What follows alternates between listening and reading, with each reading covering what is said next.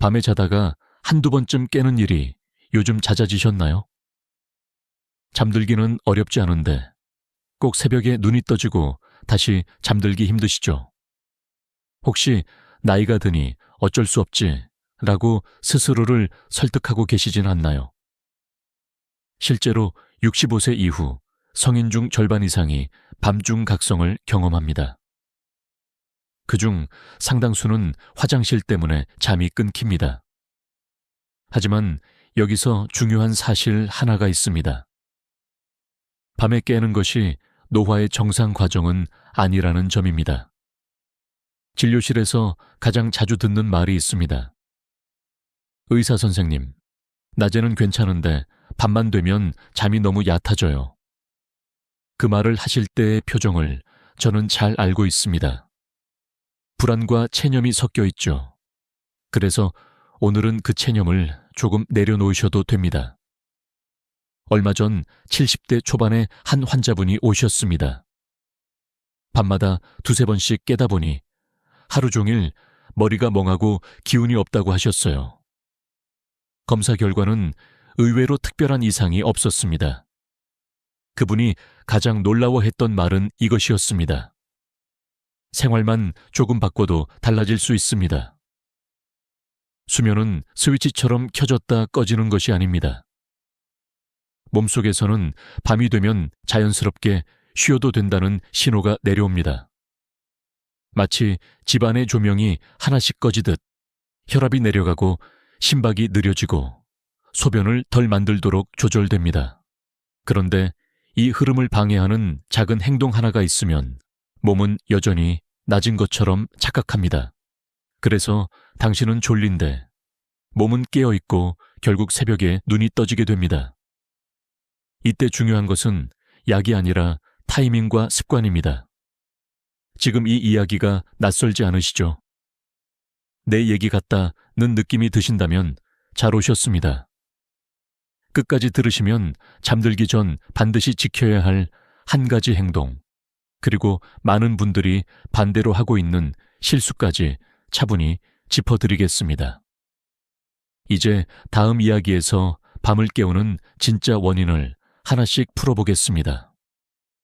당신의 밤이 왜 얕아졌는지 그 출발점부터 함께 살펴보죠. 밤에 깨는 가장 흔한 이유로 많은 분들이 방광을 먼저 떠올립니다. 소변을 자주 보니 잠이 깨는 거겠지 라고 생각하시죠. 하지만 실제로는 순서가 반대인 경우가 많습니다. 잠이 얕아져서 소변 신호를 더 예민하게 느끼는 것입니다. 우리 몸에는 낮과 밤을 구분하는 내부 시계가 있습니다. 이 시계는 해가 지면 자연스럽게 속도를 늦춥니다.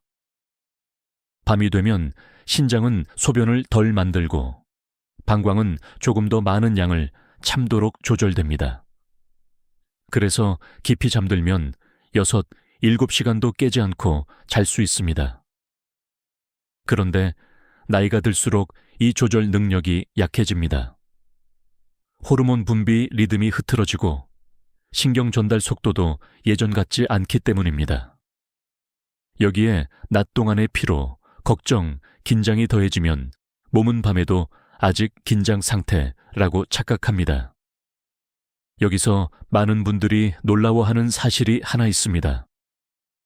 야간요로 병원을 찾는 분들 중 상당수는 방광 자체에는 큰 문제가 없습니다. 문제는 잠들기 직전까지 깨어있는 생활 패턴입니다. 예를 들어 TV를 보며 늦게까지 앉아 있거나 침대에 누워서 휴대전화를 들여다보는 습관, 잠들기 직전까지 물을 조금씩 마시는 행동들이 몸의 시계를 계속 낮으로 붙잡아 둡니다. 몸은 쉬고 싶은데 계속 신호가 엇갈리는 것이죠. 그래서 소변이 많지 않아도 조금만 차도 화장실 신호가 크게 느껴집니다. 이때 한번 깨면 다시 잠들기까지 시간이 오래 걸립니다. 혹시 또 깨지 않을까 하는 생각이 수면을 더 얕게 만들기 때문입니다. 혹시 이런 경험 있으신가요? 화장실을 다녀왔는데도 마음이 편하지 않고 잠자리에 누워 시계만 바라보게 되는 순간 말입니다. 이것이 바로 야간뇨가 아니라 수면 리듬이 무너졌다는 신호일 수 있습니다. 다음 이야기에서는 이 리듬을 다시 밤으로 되돌리는 첫 단서를 아주 쉬운 예로 설명해 드리겠습니다. 생각보다 복잡하지 않습니다. 며칠 전 진료가 끝날 무렵 한 어르신이 조용히 말씀하셨습니다. 선생님, 밤이 무서워졌어요. 그 한마디에 저는 잠시 말을 잇지 못했습니다. 밤은 쉬어야 할 시간인데 그분에게 밤은 긴장과 각성의 시간이 되어 있었기 때문입니다. 그분은 68세의 남성 환자였습니다. 낮에는 비교적 활동적이고 검사 수치도 안정적이었습니다. 그런데 밤만 되면 이야기가 달라졌습니다. 잠들고 2시간쯤 지나면 꼭 눈이 떠지고 화장실에 다녀온 뒤에는 다시 잠들기까지 1시간이 넘게 걸린다고 하셨죠. 처음에는 방광 문제를 의심하셨습니다. 그래서 물도 줄이고 저녁 식사도 일찍 끝내셨습니다. 그런데도 상황은 크게 나아지지 않았습니다. 오히려 오늘은 또 몇 번 깰까 라는 걱정이 잠자리에 들기 전부터 마음을 무겁게 만들었습니다. 이분의 이야기를 듣다 보면 많은 어르신들이 고개를 끄덕이십니다. 야간뇨 자체보다 더 힘든 것은 밤이 두렵다는 감정입니다. 몸보다 마음이 먼저 잠을 거부하는 상태죠. 상담을 하며 저는 그분의 저녁 시간을 천천히 되짚었습니다. 놀랍게도 특별한 문제는 없었습니다. 다만 잠들기 전까지 TV를 보며 뉴스를 챙기고 침대에 누워서도 하루를 정리하듯 생각을 계속하고 계셨습니다. 몸은 누워 있었지만 뇌는 여전히 낮에 머물러 있었던 겁니다. 여기서 중요한 전환점이 생깁니다. 소변 때문에 깨는 것이 아니라 깨어있기 때문에 소변 신호가 커진다는 사실을 그분이 이해하신 순간이었죠. 그 표정이 아직도 기억에 남습니다. 혹시 당신도 비슷하지 않으신가요? 몸은 피곤한데 머리는 쉬지 않고 밤이 오히려 더 선명하게 느껴지지는 않나요? 다음 이야기에서는 이렇게 굳어진 밤의 패턴을 어디서부터 풀어야 하는지 가장 먼저 눌러야 할 스위치를 함께 찾아보겠습니다. 밤을 깨우는 원인은 멀리 있지 않습니다. 대부분은 잠들기 직전 아주 짧은 시간에 만들어집니다. 마치 집 안에 불을 끄려는데 현관 스위치 하나가 계속 켜져 있는 것과 같습니다. 우리 뇌에는 각성과 휴식을 조절하는 중심 장치가 있습니다. 낮에는 경계하고 반응하라고 신호를 보내고 밤에는 그 신호를 서서히 낮춥니다.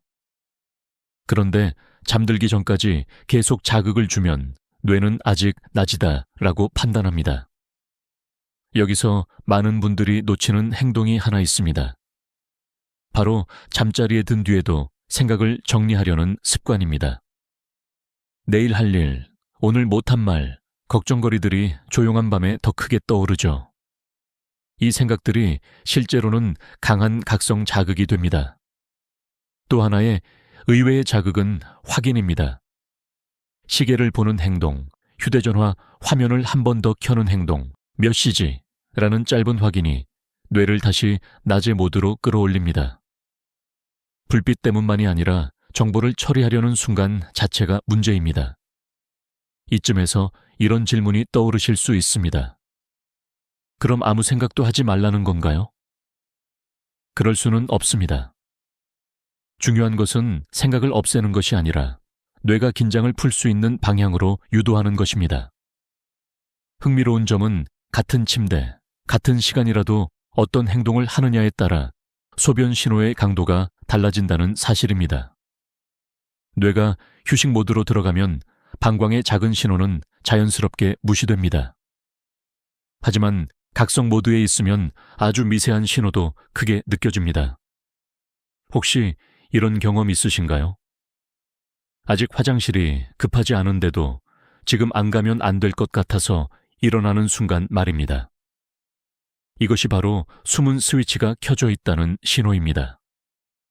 다음 이야기에서는 이 스위치를 끄는 가장 간단한 방법, 잠들기 직전에 꼭 해야 할 한 가지 행동을 차분히 알려드리겠습니다.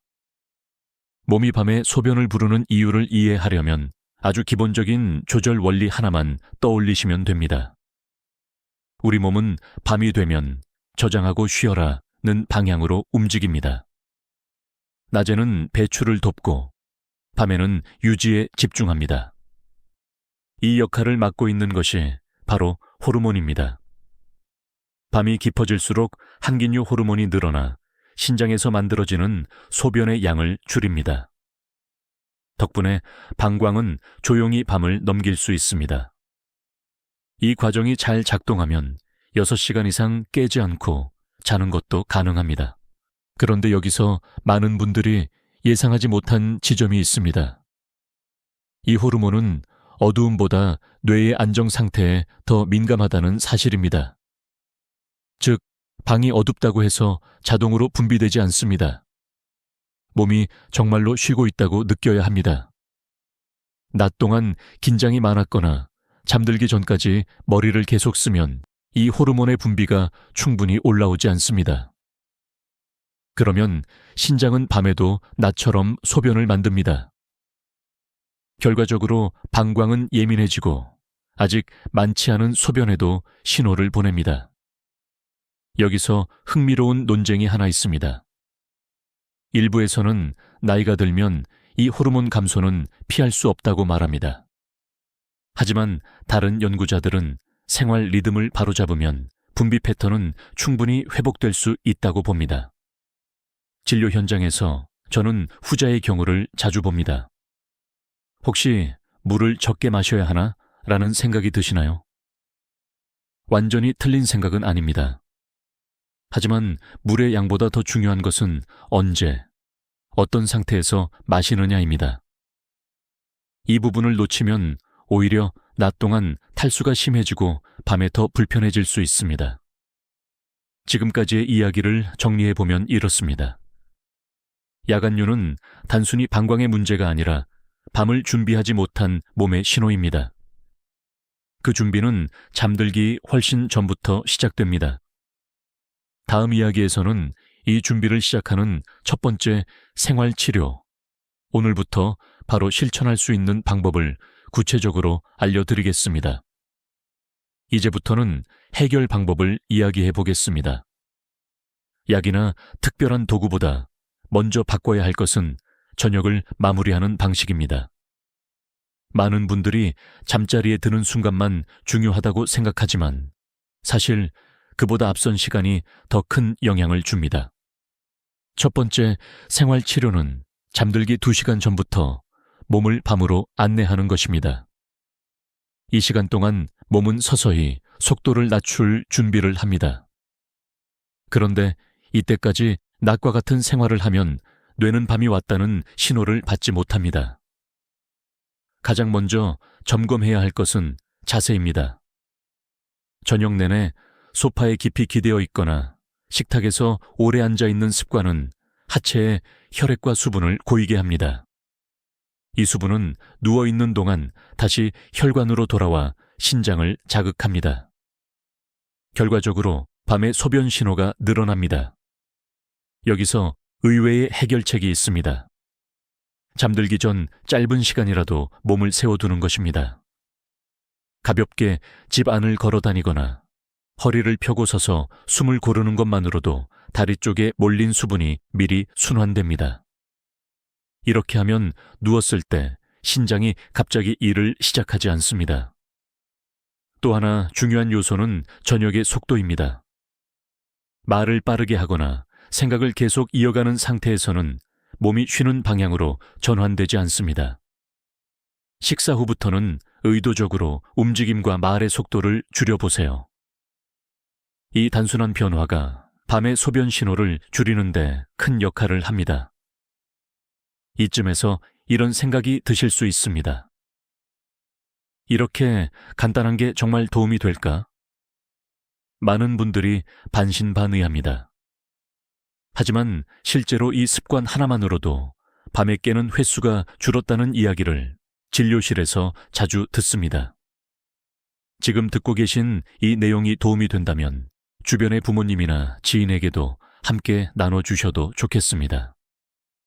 다음 이야기에서는 잠들기 직전 마지막으로 해야 할 가장 중요한 행동 하나를 짚어드리겠습니다.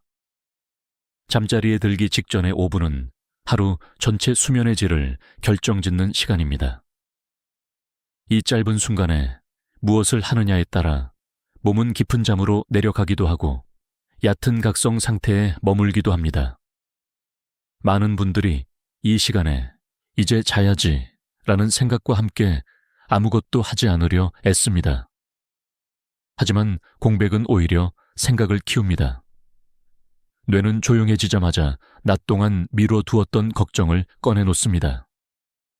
그래서 필요한 것이 의식적으로 뇌를 쉬게 하는 루틴입니다. 아주 단순해야 하고 매일 같은 순서로 반복될수록 효과가 큽니다. 뇌는 반복을 안전한 신호로 인식합니다. 가장 권하고 싶은 방법은 숨에 집중하는 짧은 호흡입니다. 코로 천천히 숨을 들이마시고 입으로 길게 내쉽니다. 이때 배가 부풀었다가 천천히 가라앉는 느낌을 느껴보세요. 이 동작은 신경계를 각성해서 안정으로 전환시킵니다. 여기서 중요한 포인트가 하나 있습니다. 호흡을 잘하려고 애쓰지 마세요. 잘하고 있는지를 점검하는 순간 뇌는 다시 일을 시작합니다. 그저 숨이 오가는 감각만 가볍게 따라가면 충분합니다. 흥미로운 사실은 이 짧은 호흡 루틴이 소변 신호에도 영향을 준다는 점입니다. 신경계가 안정되면 방광의 신호 전달도 완만해집니다. 같은 방광 상태라도 뇌가 받아들이는 강도가 달라집니다. 혹시 이런 경험이 있으신가요? 잠자리에 누워있다가 숨을 고르니 갑자기 졸음이 밀려오는 순간. 그때는 화장실 생각도 자연스럽게 멀어집니다. 이 루틴은 처음엔 낯설 수 있습니다. 하지만 3일, 5일만 지나도 몸이 먼저 반응하기 시작합니다. 이제 쉴 시간이다 라는 신호를 몸이 기억하기 때문입니다. 다음 이야기에서는 이 과정에서 많은 분들이 오해하는 물과 수분 섭취에 대한 이야기를 차분히 정리해 드리겠습니다. 야간요 이야기를 하면 가장 먼저 나오는 질문이 있습니다. 그럼 물을 아예 안 마셔야 하나요?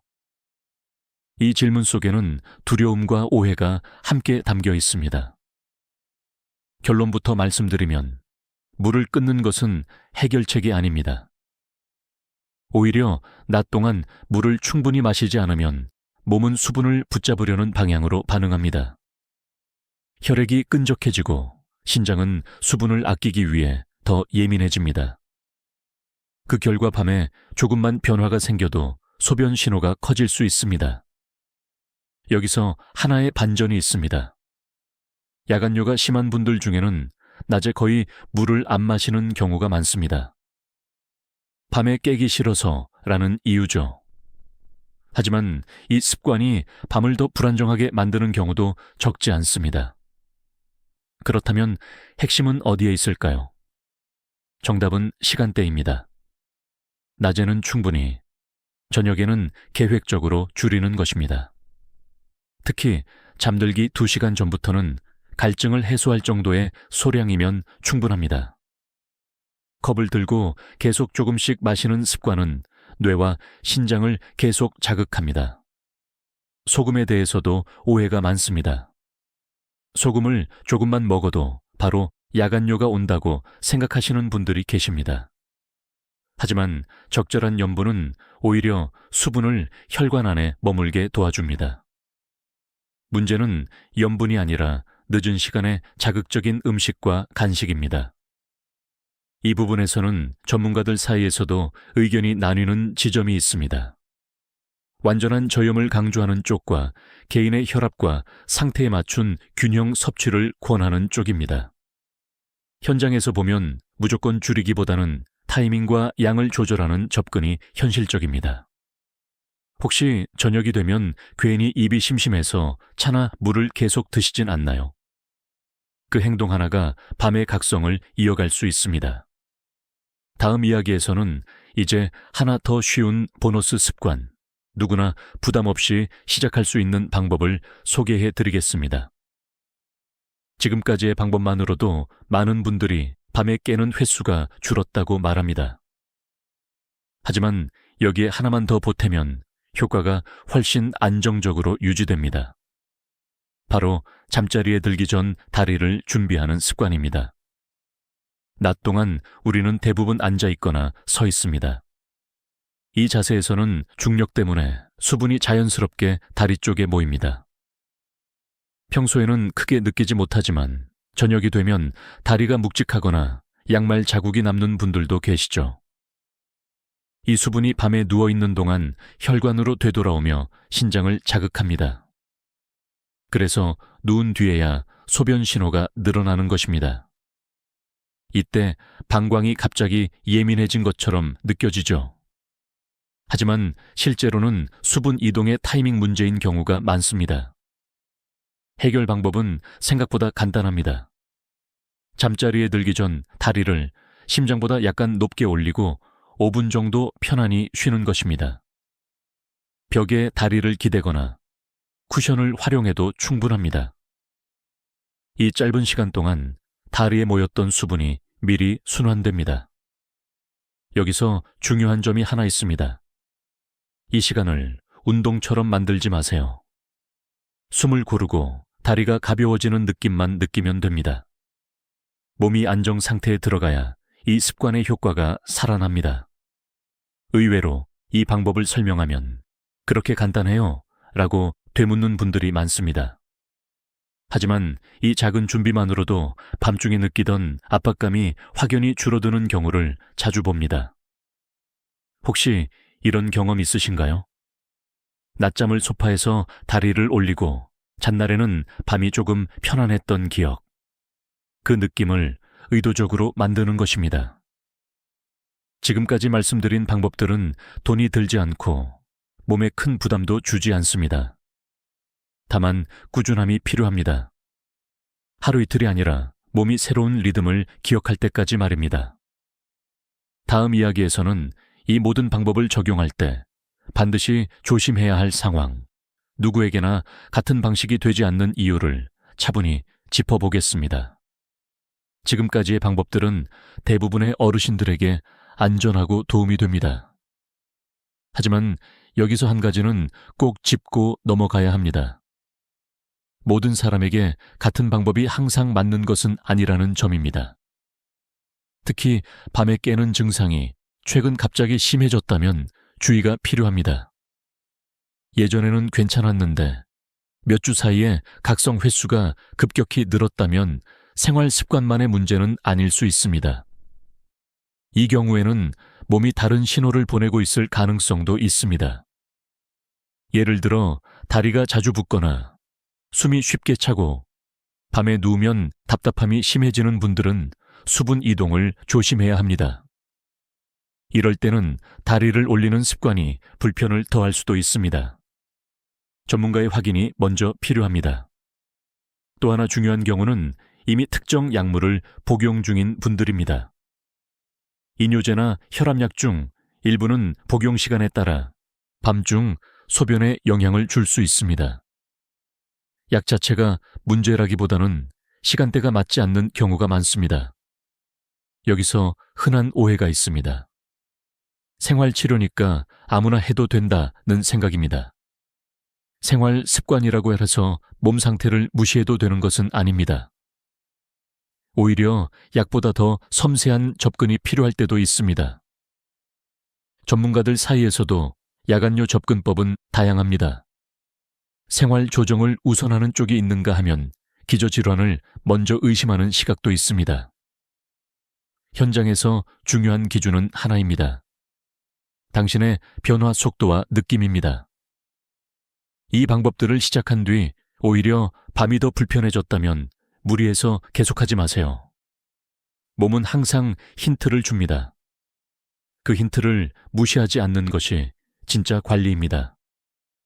지금까지는 어떻게 하면 나아질 수 있는지를 이야기했다면 다음 이야기에서는 오늘부터 부담 없이 시작할 수 있는 현실적인 일주일 계획을 차근차근 정리해 드리겠습니다. 하루하루 따라오실 수 있게 말이죠. 이제 복잡하게 생각할 필요 없이 하루씩 따라할 수 있는 계획을 정리해 보겠습니다. 목표는 완벽함이 아니라 몸의 밤의 리듬을 다시 알려주는 것입니다. 그래서 기간은 길지 않게 7일이면 충분합니다. 첫째 날은 관찰입니다. 억지로 바꾸지 말고 밤에 몇 번 깨는지, 언제 가장 불편한지 느껴보세요. 이 기록만으로도 몸에 대한 이해가 시작됩니다. 둘째 날부터는 저녁 속도를 줄입니다. 식사 후 움직임과 말수를 의식적으로 낮춥니다. 잠들기 2시간 전부터는 하루를 정리하는 대신 하루를 내려놓는 연습을 합니다. 이 변화는 생각보다 큽니다. 셋째 날에는 잠자리에 들기 전 5분 호흡을 추가합니다. 잘하려고 하지 말고 그냥 반복하세요. 뇌는 반복 속에서 안정을 배웁니다. 넷째 날부터는 다리 준비 습관을 더합니다. 쿠션 하나면 충분합니다. 이때도 목표는 편안함입니다. 조금이라도 불편하면 높이를 낮추세요. 다섯째 날에는 수분 섭취를 다시 점검합니다. 낮에는 충분히, 저녁에는 계획적으로. 안 마신다가 아니라 미리 마신다는 생각으로 바꿔보세요. 여섯째 날이 되면 대부분 한 가지 변화를 느낍니다. 깨는 횟수가 줄거나 깨더라도 다시 잠드는 시간이 짧아집니다. 이 작은 변화가 계속할 힘을 줍니다. 일곱째 날은 지금까지의 변화를 돌아보는 날입니다. 완벽하지 않아도 괜찮습니다. 중요한 것은 몸이 밤을 다시 인식하기 시작했다는 점입니다. 혹시 중간에 하루를 놓치셨나요? 그것도 괜찮습니다. 몸은 비난보다 반복에 더 잘 반응합니다. 이 영상이 여기까지 도움이 되셨다면 잠시 좋아요를 누르거나 주변에 함께 나눠주세요. 다음 이야기에서는 이 모든 과정을 정리하며 당신의 밤을 다시 믿어도 되는 이유를 조용히 이야기해 보겠습니다. 이제 이야기를 천천히 마무리해 보겠습니다. 여기까지 들으신 당신은 이미 밤을 대하는 태도가 조금 달라졌을 겁니다. 어쩔 수 없다 해서 내가 바꿀 수 있다로 말이죠. 밤에 깨는 문제는 단순히 잠의 문제가 아닙니다. 하루를 어떻게 보내고 저녁을 어떻게 내려놓으며 몸에게 어떤 신호를 주는지의 결과입니다. 그래서 해결도 한 가지 비법이 아니라 작은 습관들의 합으로 이루어집니다. 기억하시죠? 잠들기 2시간 전부터 몸의 속도를 낮추는 것, 잠들기 전 5분 호흡, 다리를 미리 준비하는 습관, 수분을 미루지 않고 나눠 마시는 방법. 이것들은 모두 몸에게 이제 쉬어도 된다고 부드럽게 말해주는 언어입니다. 많은 분들이 묻습니다. 이걸 언제까지 해야 하나요? 정답은 간단합니다. 몸이 기억할 때까지입니다. 처음에는 의식적으로 해야 하지만 어느 순간부터는 하지 않으면 오히려 불편해집니다. 그때가 진짜 변화입니다. 혹시 아직도 내 나이에 가능할까? 라는 생각이 드시나요? 늦지 않았습니다. 오늘이 가장 빠른 날입니다. 몸은 생각보다 새로운 리듬을 잘 받아들입니다. 제가 진료실에서 가장 자주 보는 장면이 있습니다. 처음에는 반신반의하던 분이 몇 주 뒤 웃으며 말씀하십니다. 선생님, 요즘은 밤이 덜 무서워요. 그 말 한마디가 이 모든 설명보다 더 큰 의미를 가집니다. 이제 당신 차례입니다. 오늘 밤 완벽하게 하려 하지 말고 한 가지만 선택해보세요. 숨을 고르는 5분일 수도 있고 저녁 속도를 줄이는 것일 수도 있습니다.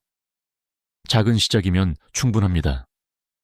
댓글에 데이 원 바이브 챌린지 시작이라고 남겨보세요. 당신의 밤이 어떻게 변하는지 함께 지켜보고 싶습니다. 이 경험을 주변과 나누는 것도 큰 힘이 됩니다.